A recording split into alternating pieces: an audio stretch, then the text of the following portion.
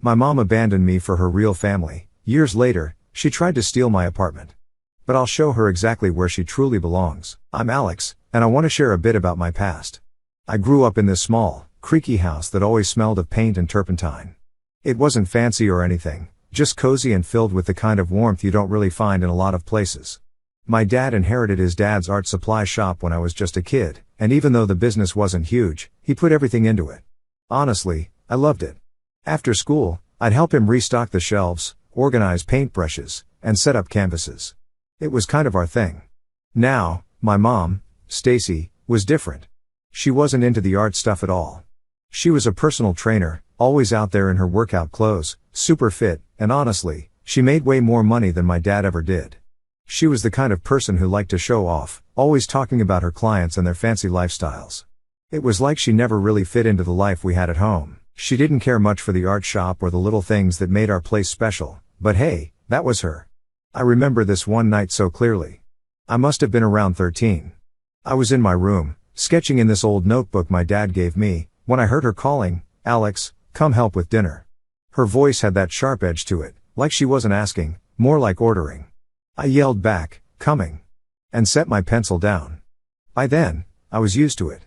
It was always like this, me stuck in the middle of their fights. I walked into the kitchen and started setting the table, and right on cue, it started.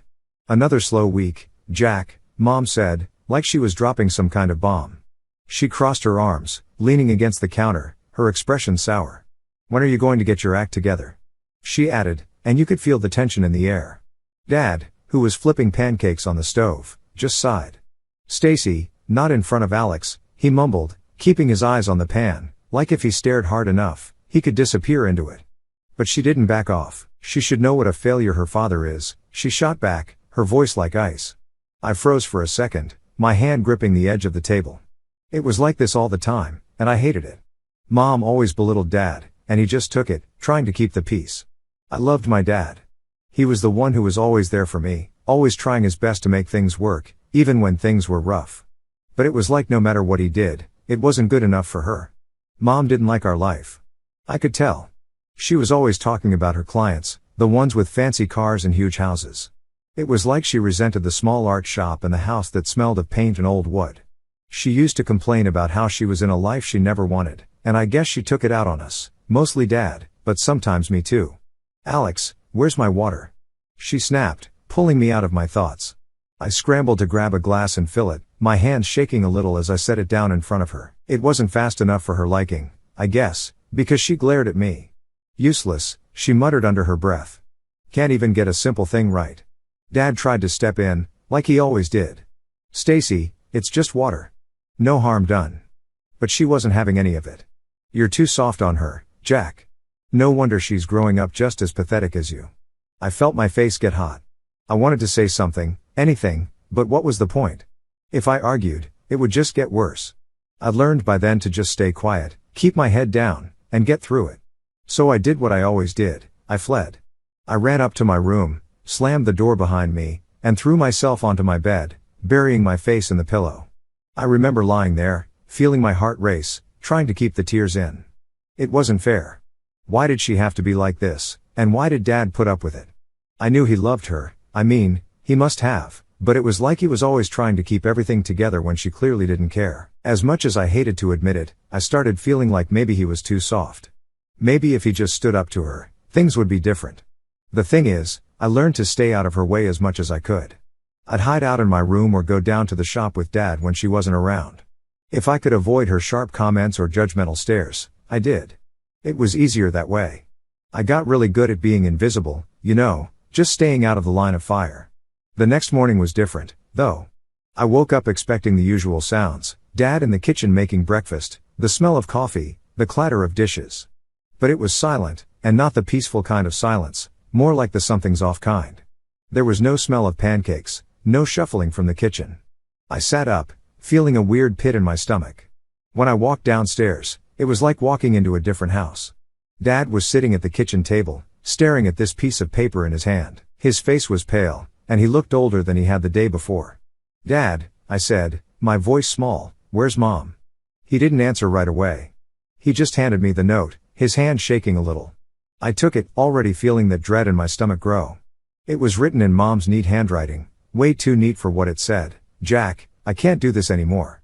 I'm leaving with Ryan. He can give me the life I deserve, not this small town nonsense. Alex, don't bother trying to find me. You're just dead weight, and I don't need either of you holding me back. I stood there, staring at the paper, feeling like I'd been punched in the gut. She was gone, just like that. No warning, no goodbye, just gone. And the way she said it, like we meant nothing, like we were just things she could discard. My throat tightened, and I shoved the note back at Dad, trying not to cry. He looked at me, his eyes tired and sad. I'm sorry, Alex, he said, his voice cracking a little. I know this is hard. I didn't know what to say. What was I supposed to say? It's fine, I managed to mumble, but it wasn't. It wasn't fine at all. She left us. She really left us. Dad tried to pull me into a hug, but I pulled away, heading back up to my room. I didn't want him to see how much it hurt. I didn't want him to feel guilty for something that wasn't his fault. But I couldn't shake the feeling that everything had just changed, and it wasn't going back to normal anytime soon. After Mom left, things changed fast. It was like everything flipped upside down, and we had to figure out a whole new normal. I remember Dad sitting at the kitchen table for what felt like days, just staring at nothing. The art shop, the house, even me, I think it all felt like too much for him. Honestly, I didn't blame him. I felt the same way, like everything was heavier, like we were walking through mud or something. For a while, it was just survival mode. I was 13, and suddenly it was just me and Dad in this house that felt way too big now. I started taking on more around the house, not because Dad asked, but because I could tell he was struggling. He tried, you know. He'd wake up early, make breakfast, but it was half-hearted. He'd burn the toast or forget to add sugar to the coffee. It was weird seeing him like that because he was always the one who had it together when I was growing up. He threw himself into work, and I mean he really threw himself into it. The art shop became his whole world.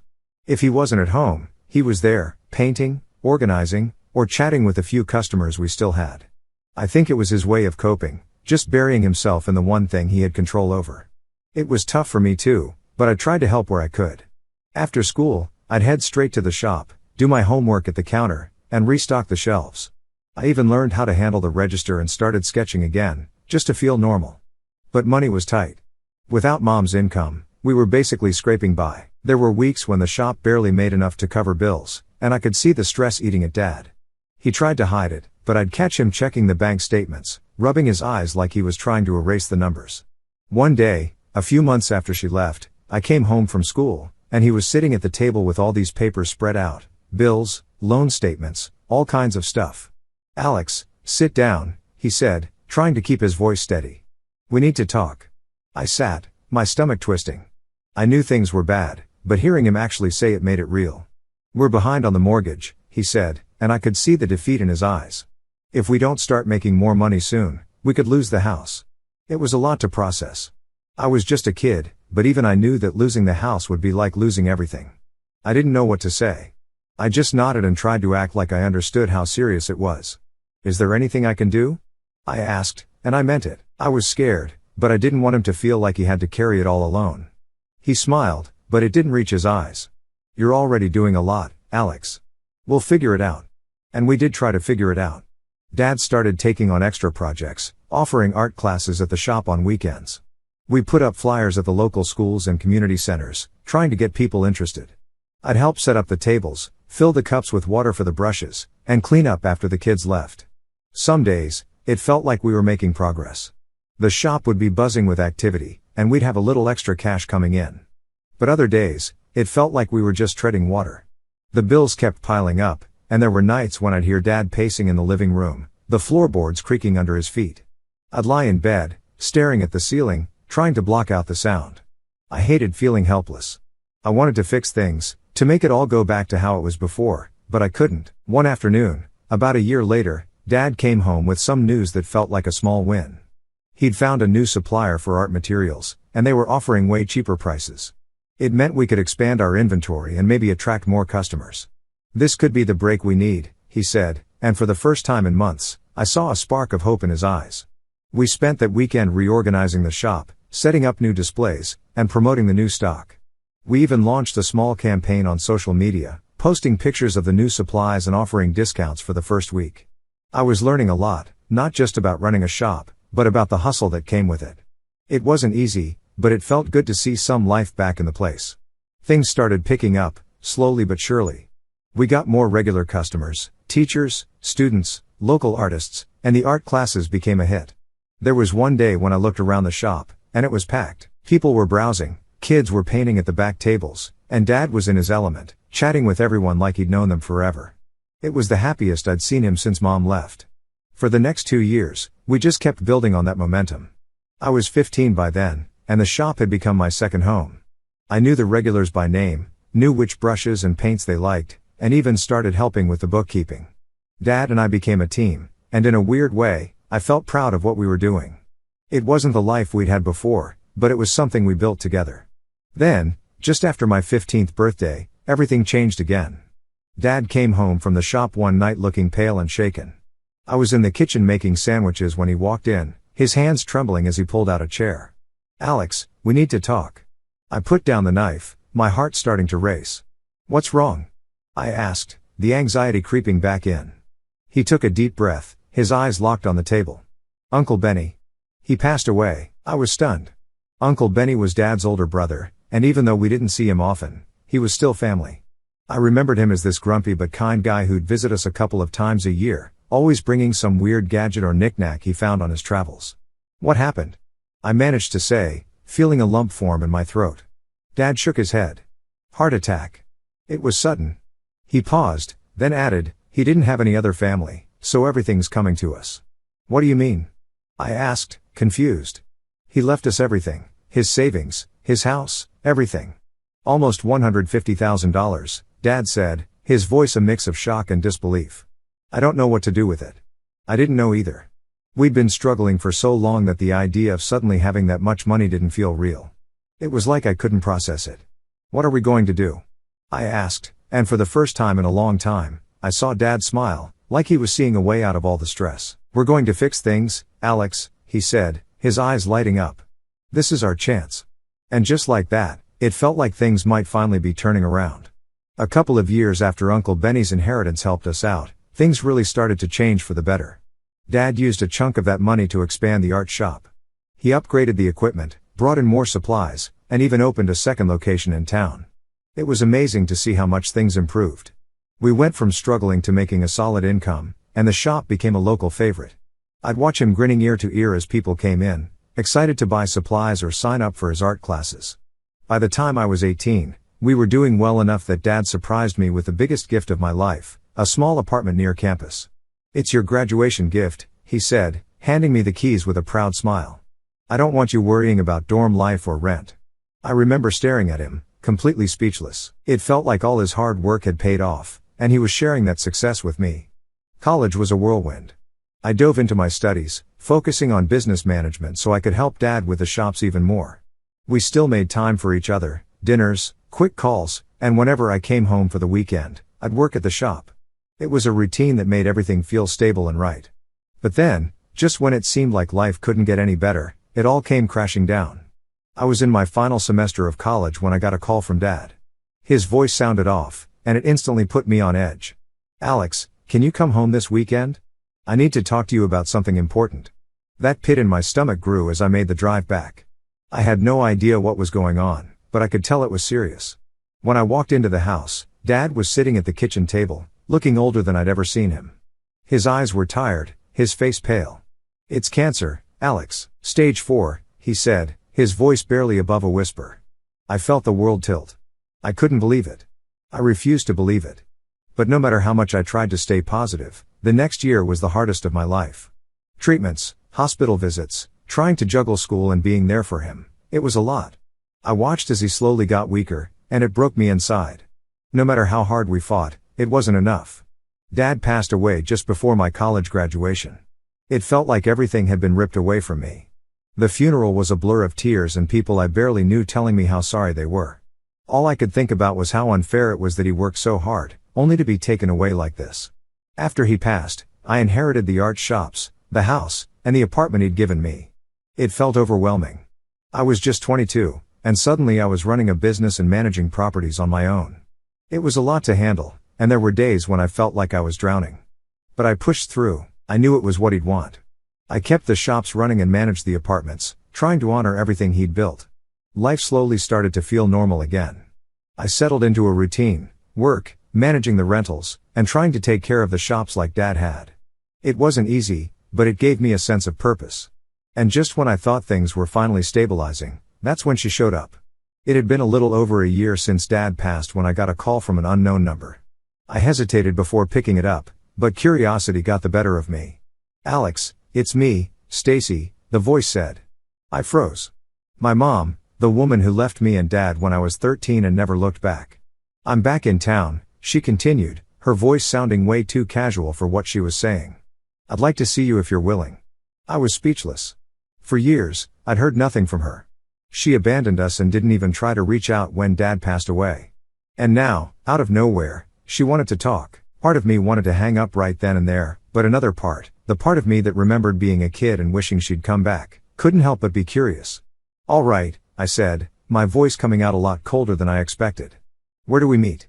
"Let's meet at Rosie's Cafe tomorrow at noon," she said and hung up before I could say anything else. The next day, I got to the cafe early.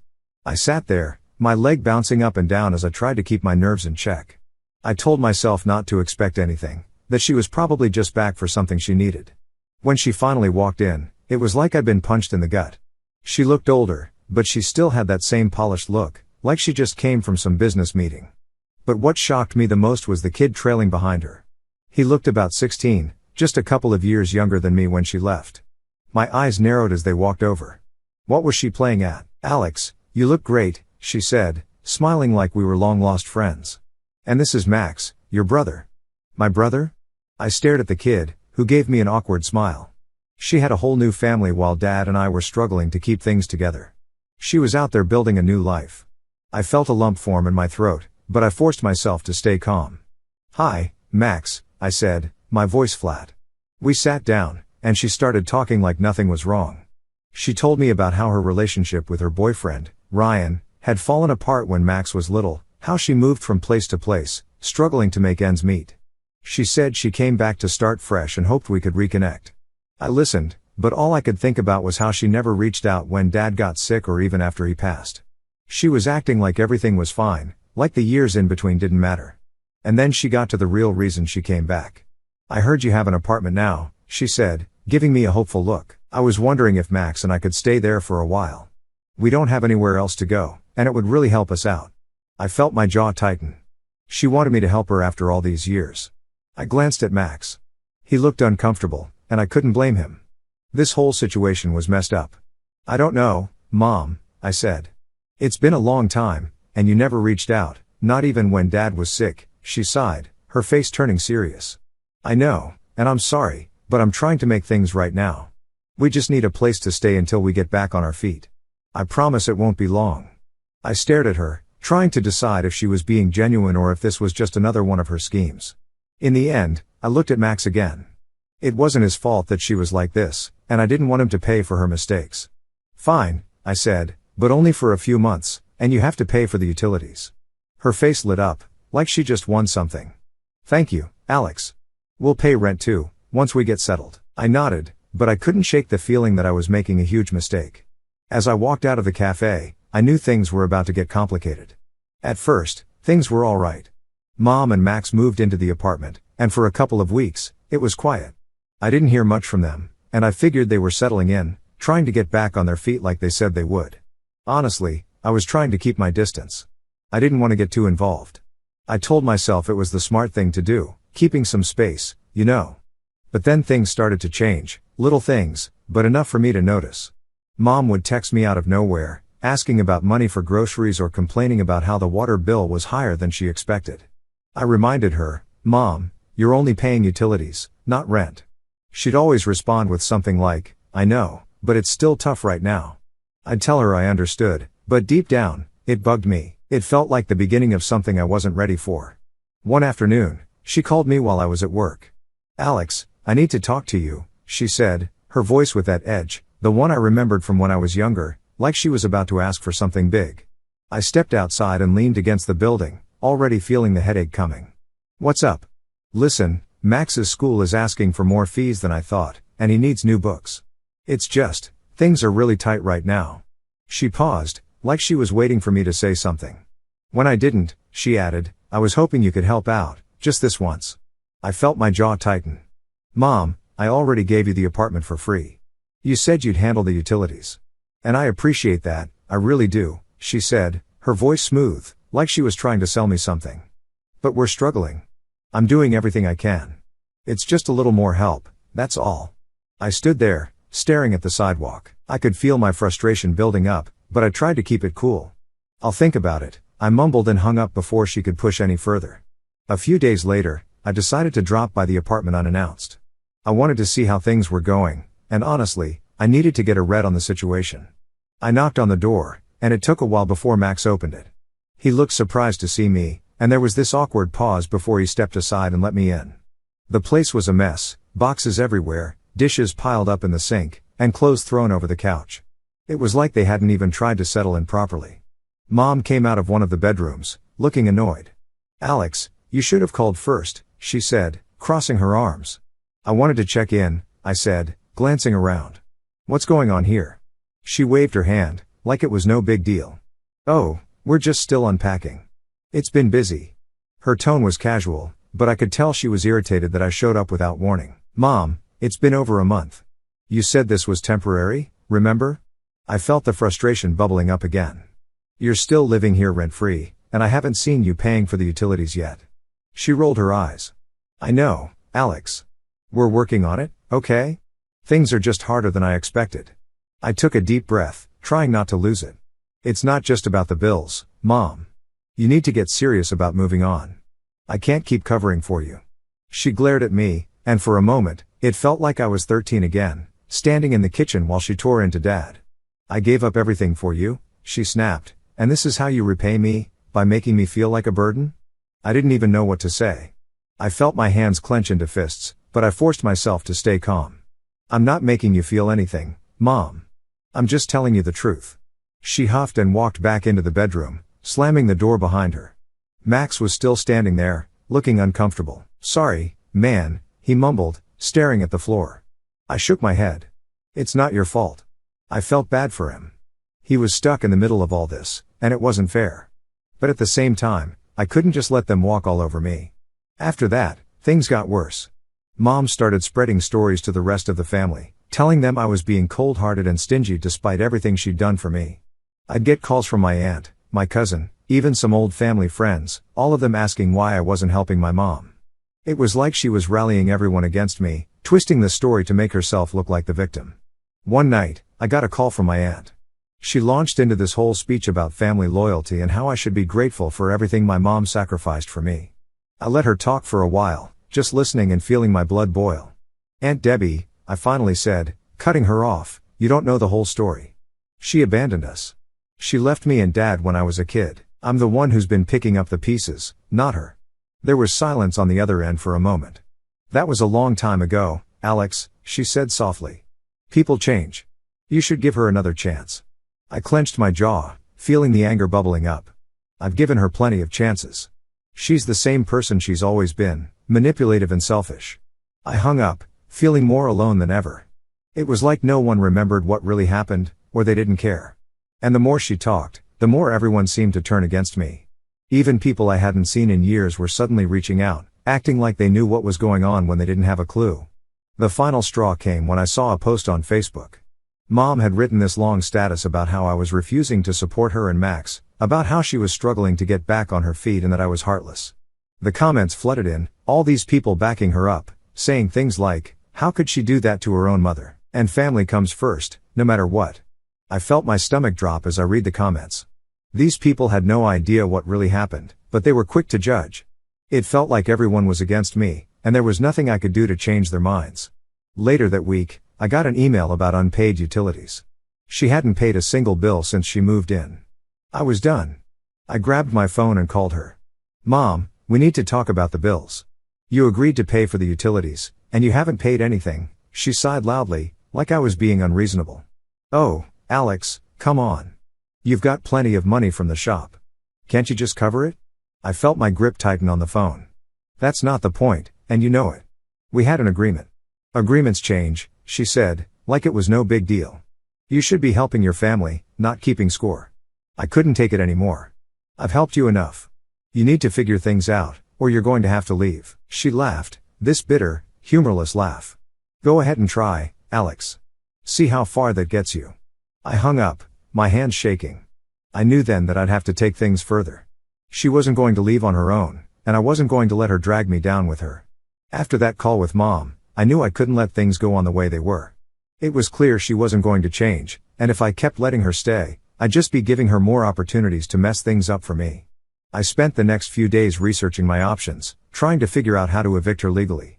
I was done with her games, and I was done letting her walk all over me. I booked an appointment with a lawyer. When I walked into his office, I felt this mix of nerves and relief. I'd never done anything like this before, and it felt weird, like I was betraying my own family. But at the same time, I knew I didn't have a choice. I couldn't keep letting her make me the bad guy while she took advantage of everything I'd worked for. The lawyer, Mr. Johnson, was a straightforward kind of guy. I told him the whole story, and he didn't seem surprised at all. You've got every right to evict her, he said, flipping through the notes he took. Especially since she's not paying rent and has no formal lease agreement. She's considered a guest at this point. I felt a small weight lift off my shoulders. So what do I need to do? I asked, leaning forward. He handed me a form. This is the eviction notice. You give her this, and she has 30 days to vacate the apartment.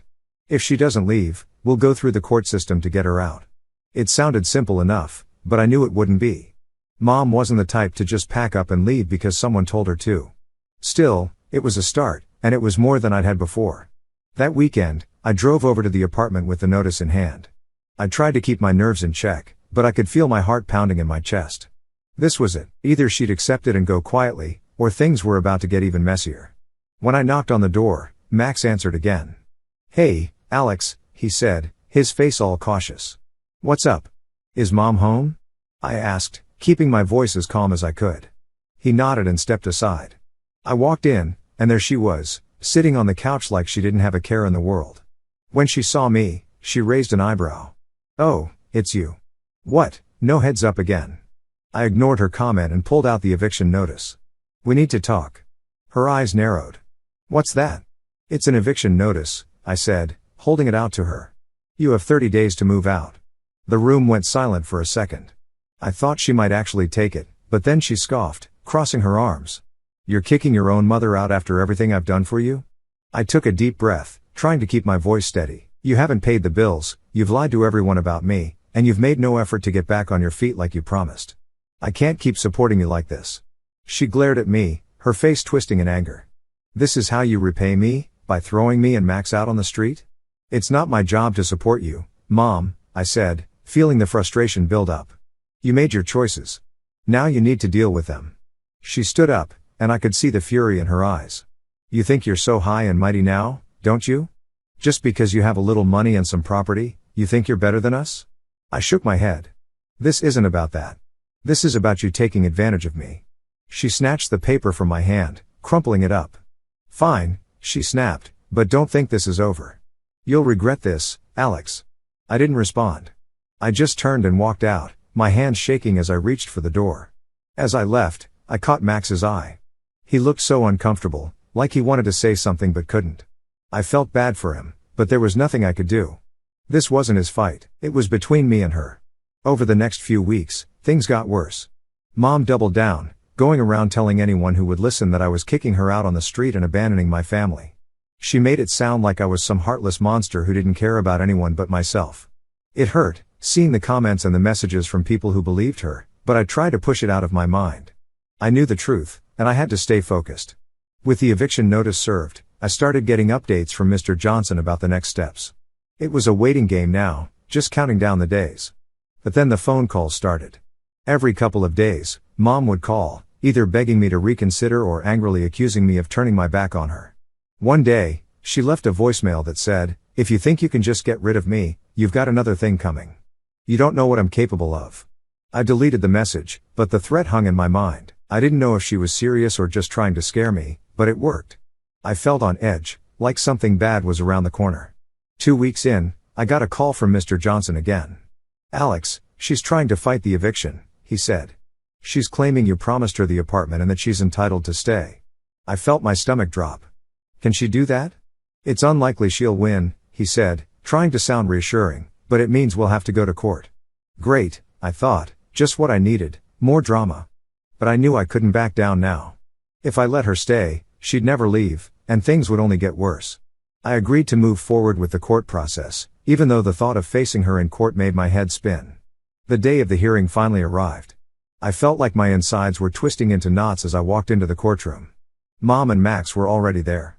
She looked upset, all red-eyed and teary, like she was trying to play the victim. Max just looked miserable, and I felt bad for him, but I had to remind myself that this wasn't about him. The hearing wasn't long, but it felt like hours. Mom put on this whole act about how she was struggling, how she was just trying to reconnect with her family and build a life for her and Max. She even cried a few times, and I could see some people in the courtroom giving her sympathetic looks. But then it was my turn. My lawyer laid out the facts, how she hadn't paid anything, how she'd agreed to the terms, and how she'd been spreading lies about me to family and friends. I watched as the judge's expression went from neutral to annoyed. He wasn't buying her act. In the end, the judge ruled in my favor. Mom was ordered to leave the apartment within the next 2 weeks, and if she didn't, she'd face legal consequences. I felt a rush of relief but also a heaviness. I'd won, but it didn't feel like a victory. As we left the courtroom, I caught up with Max. "Hey," I said, trying to keep my voice steady, "I'm sorry it came to this." He looked up at me, his eyes sad.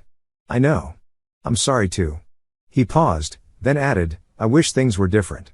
"Me too," I said. "If you ever need anything, you know how to reach me." He nodded, and we parted ways. As I walked to my car, I felt the weight lift a little. It wasn't over, but it was a step in the right direction.